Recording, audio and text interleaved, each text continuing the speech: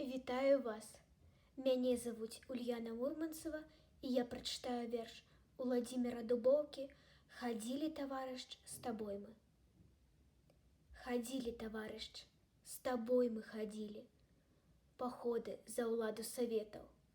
Мы новую праўду тады станавілі, айчыне сваёй і сусвету. Чырвоныя зоркі зіхцелі яскрава, шляхі асвятлялі і ўночы. У бойку за нашу агульную справу ішоў селянін і рабочы.